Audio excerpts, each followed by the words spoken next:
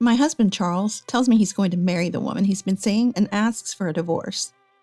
Let's not waste time with property division. Just leave quickly. Sharon taunts me as if she's relishing in my misery. Donald, too, is infatuated with a woman he met at a bar. They don't want to live with me. I'll leave, just as you wish. But before that, I'll give you a piece of my mind. My name is Joy Lynn, named with the hope of being blessed with much joy in Joy Lynn. I'm a 50-year-old woman whose life hasn't been as joyful as I'd hoped.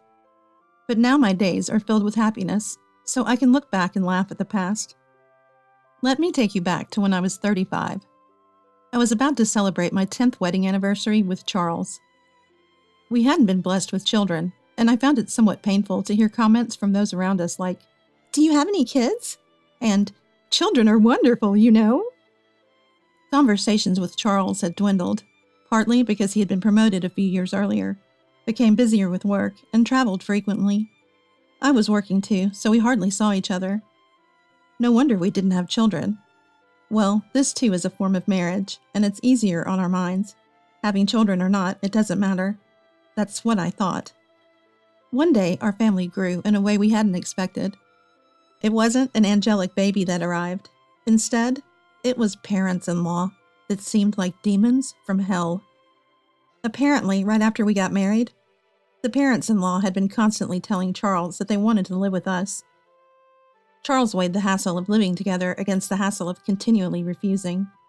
As a result, he decided that living together would be less of a hassle. Surprisingly rational, or not. Hey, I didn't agree to live together. According to Charles. I'm hardly ever home, so it's fine. It might be fine for you. But still, as Charles said, it's fine if the parents-in-law are good people.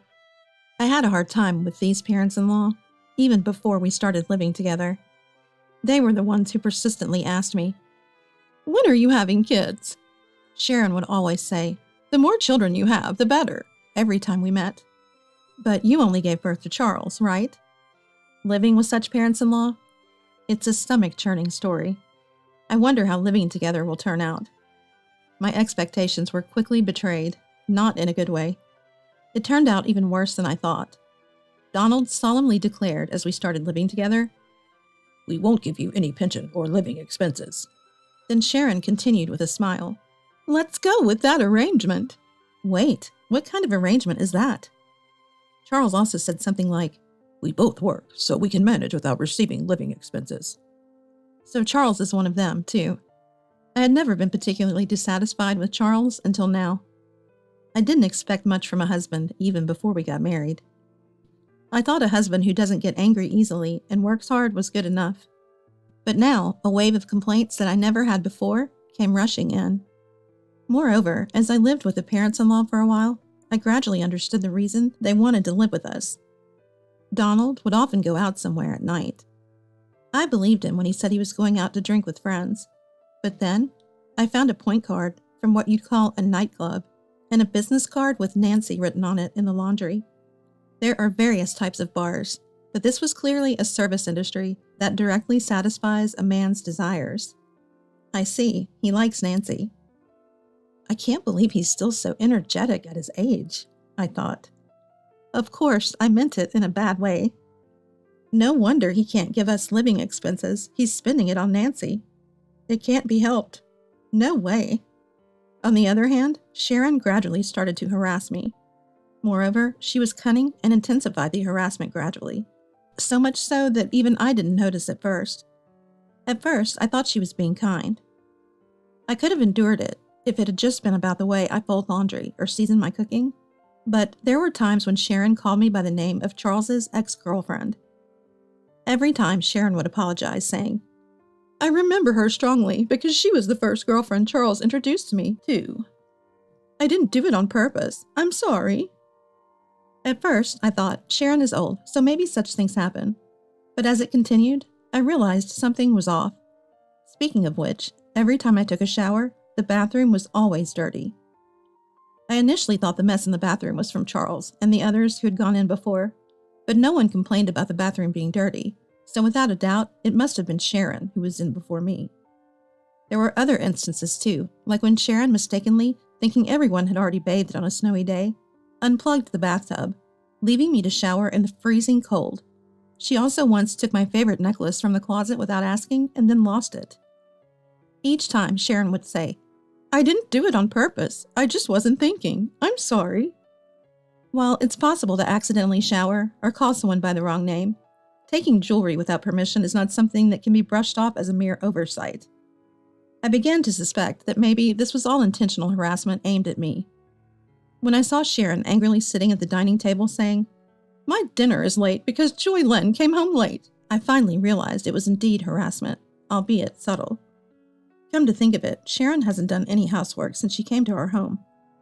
She throws her socks inside out into the laundry and tosses bottles into the trash without removing the labels, adding minor inconveniences every time. She complains if meals are late and if the sheets are messy, and sometimes she even throws things. I finally understood. Our home was indeed graced by the arrival of a baby. 2 of them, in fact, both big and delightfully stubborn.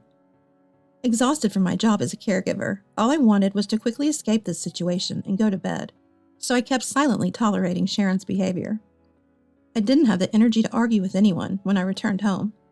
I wanted to rest as quickly as possible, even if it was just for a moment. While I was exhausted and didn't notice at first, it seemed that Sharon knew about Donald's night outings. When an actress appeared on TV, Sharon persistently asked Donald, "Donald, don't you like girls like her? You do, don't you?" The actress's name was Nancy, the same as the girl from the bar. Donald looked pale. After that incident, I asked Sharon once, "Are you okay with Donald going out like that?" Sharon replied, "If I get a divorce, I'll be someone who has a divorce history at this age, right? That's miserable, and it looks bad to society. Of course I don't like it. But he's just playing with professionals at the bar, right? If he's not serious, I can accept it." She wasn't holding back from divorce because of her concern for Donald, but rather she feared becoming someone with a history of divorce. I couldn't understand it. Turning a blind eye to infidelity must be causing her significant internal stress. And Sharon's outlet for that stress was harassing me. By harassing me, not only could she vent her stress, but she could also avoid doing housework. It was like killing 2 birds with 1 stone. I was certain. I knew why Sharon had insisted on living with Charles.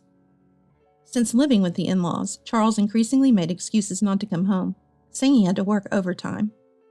This house was rotten from the roots to the pillars.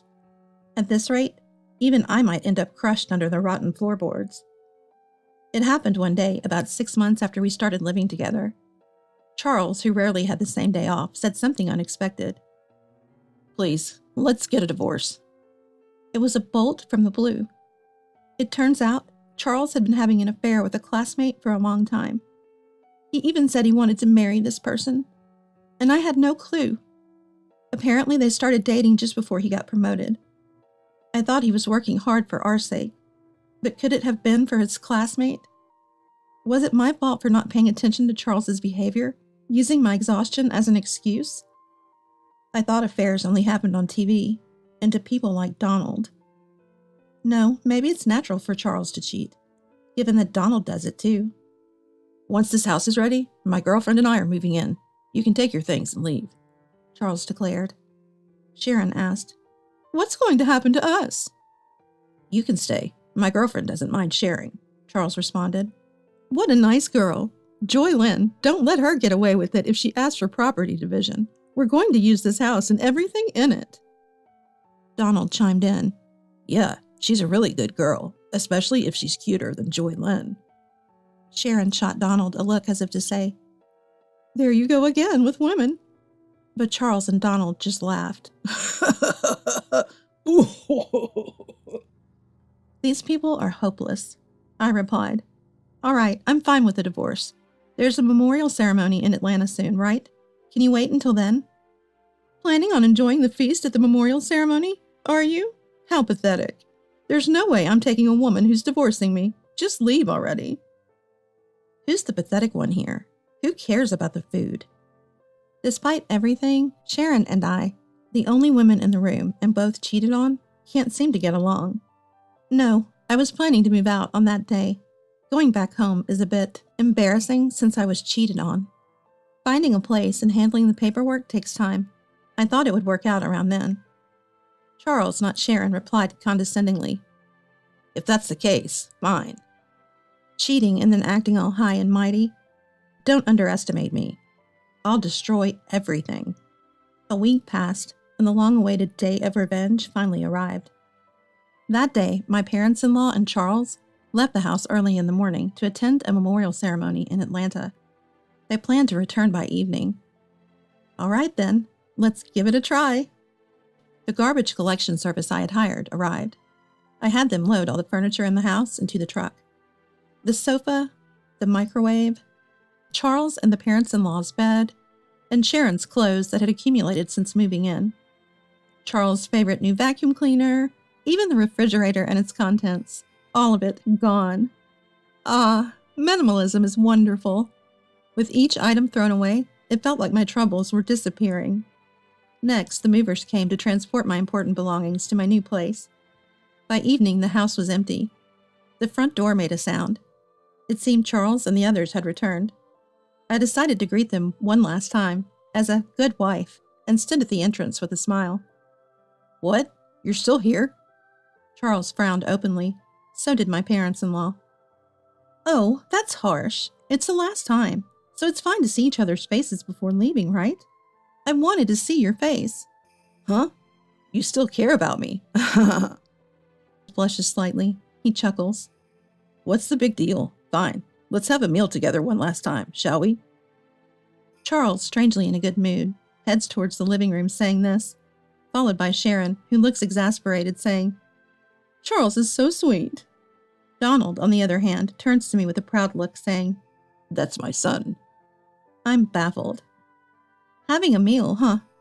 Would have been a nice way to part if there was anything left to eat. Huh? What? What?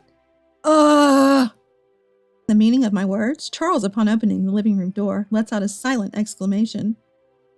Sharon, annoyed, peeks into the living room after Charles and exclaims just like him, "What? Ah!" Donald does the same. Wait. Why? The fridge? No, even the furniture, appliances too. Why is there nothing anywhere? Of course, I threw them out. The house feels much bigger now, doesn't it? I thought it would be bad to leave old furniture for your new life with your girlfriend. Consider it my parting gift. Threw them out? Why? Weren't you preparing to move? I've already moved. You throw away things you don't need when you move, right? Have you forgotten?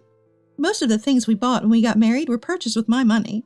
Nothing bad will happen just because I, who didn't need them, threw them away. At my words, Charles points at me, his mouth moving, but no words coming out. He seems too shocked to speak. With this, I'll forego any division of property. Well, there's hardly anything to divide anyway. Sharon, furious at my smile, says, "What have you done?" I'll return that phrase to your foolish son. There are limits to indecency, like cheating while having a wife and then saying to leave because you're remarrying. Wasn't your upbringing at fault? How could you speak to me like that? You were such a terrible daughter-in-law. Do you still consider yourself my mother-in-law? To me, you're just another old lady. I speak with a malicious smile, and Sharon mutters, "So ungracious." Shaking with anger. It's a secret that seeing Sharon angry is starting to be a bit fun. Don't you remember? If I ask for division of this house, you can't refuse, can you? Without the house, where would you two strangers live? You sold your family home, right? Yes, the parents-in-law had sold their house when they moved in with us. We won't need it anymore, they had said. So this house was absolutely necessary for them. They sided with their son's affair over his wife, probably thinking, as long as there's a house with a housemaid, anything goes. Hearing my words, perhaps feeling rushed, Donald intervenes. Well, let's settle this amicably. Pretending to be a good person. Yes, let's do that. Let's proceed calmly, just like the old just like Donald suggests. Exactly. You know what I'm talking about, Joy Lynn. Of course. By the way, Donald, wasn't your cell phone broken today? Oh yeah. I realized it after leaving the house. It wouldn't turn on. If charging doesn't work, I guess I'll have to consult the store. There's no need for that. Your cell phone is right here. Saying that, I pulled Donald's cell phone from my pocket. Huh? 2 identical phones? What's going on? Donald is puzzled. I switched the phones just before you left today. The one I have is the real one, and the one you had is a used one I bought and removed the battery, so it won't turn on. What? Since you aren't tech-savvy, I thought you'd just give up easily thinking it's broken or out of battery. It seems like a huge success. Smiling, I get asked by Donald. Why would you do that? Why, you wonder? Well, I have no clue. Speaking of which, you received an email today from your beloved Nancy, saying she had a good time the other day. You email each other daily, right? I'm so jealous of your close friendship. What? Donald gasps while Sharon glares at him. So Donald, you were out with Nancy the other day. Woohoo! More lovey-dovey than with Sharon. But you should put a lock on your phone if you're cheating. You'll get caught easily. Stop it. Joylyn, this... But I thought cheating is wrong. Charles cheated on me, and it hurt. I know exactly how Sharon feels. So I did something nice at the end. I texted Nancy. I'm bored. Let's break up. She was furious. I was dealing with this old man because he conveniently gives me money. Good thing you broke up safely. Oh, by the way, this is Nancy. Sharon, your enemy, take a good look. Saying that, I showed everyone a photo of Nancy and Donald as I returned the phone. That's when it happened.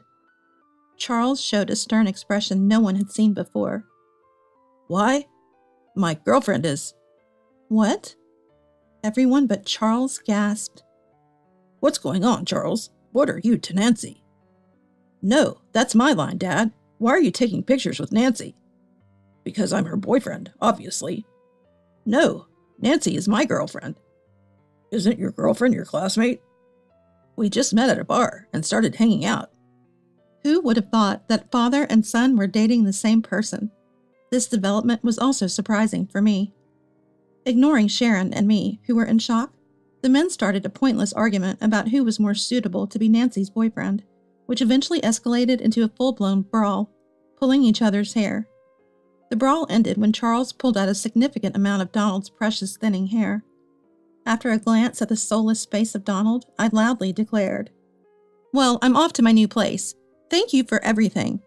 I'll be claiming compensation for the affair next time. Bye. I had said there would be no property division, but I didn't mean compensation.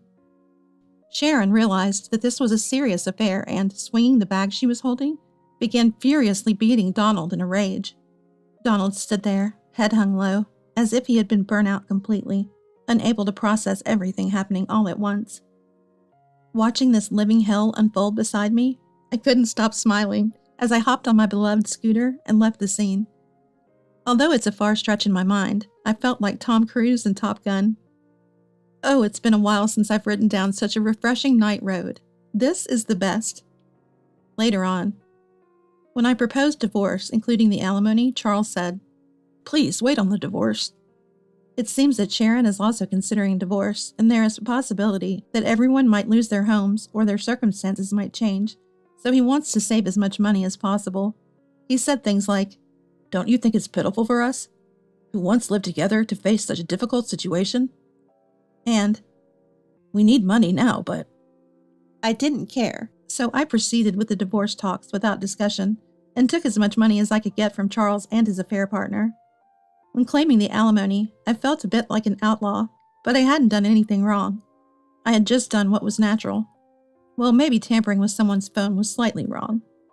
In the end, around the same time as our divorce, it seemed that Sharon also divorced Donald. Apparently, Donald and Nancy's affair had been going on for over 5 years. And Sharon couldn't forgive that they had a relationship in private as well. I don't quite understand why bar hopping is forgivable, but private relationships aren't. I thought there are various forms of marriage. Well, in the end, we're not married anymore, anyway. Donald was sued for alimony by Sharon, and Charles was sued for alimony by me, so the saying blood will out held true, and the in-laws are now all scattered.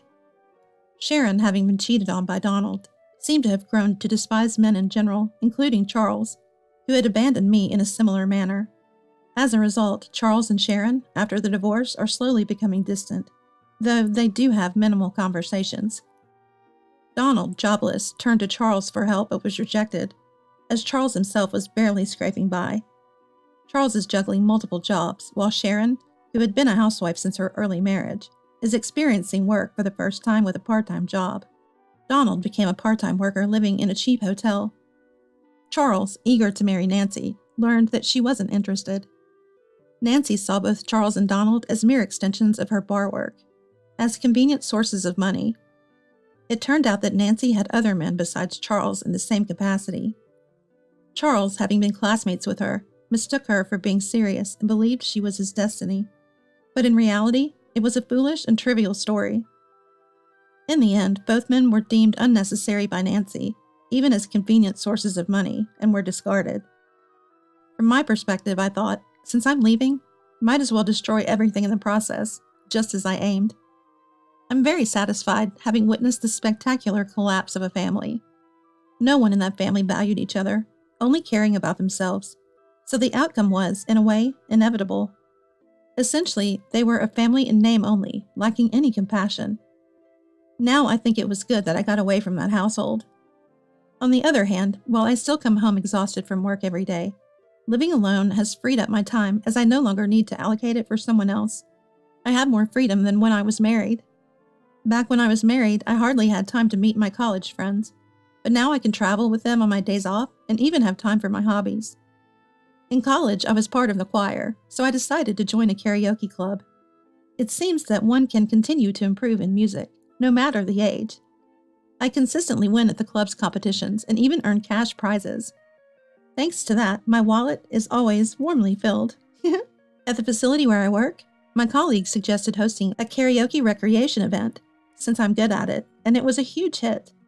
I received many compliments like, "You're so good," and was thrilled to bring smiles to the residents through my personal hobby, something I hadn't expected. By the way, my go-to performances are Unchained Melody and My Heart Will Go On. The lyrics of older songs are just so wonderful. I don't really understand recent songs, but I guess I should study up. Though my days aren't glamorous, I'm surrounded by friendly colleagues, trustworthy friends, and kind residents who feel like family beyond work boundaries. Finally, it seems like I've become the Joy Lynn I was meant to be. From now on, I aim to be someone who not only receives joy, but also shares it with others. All right, let's do our best at work today. I'll wholeheartedly celebrate the residents' birthdays.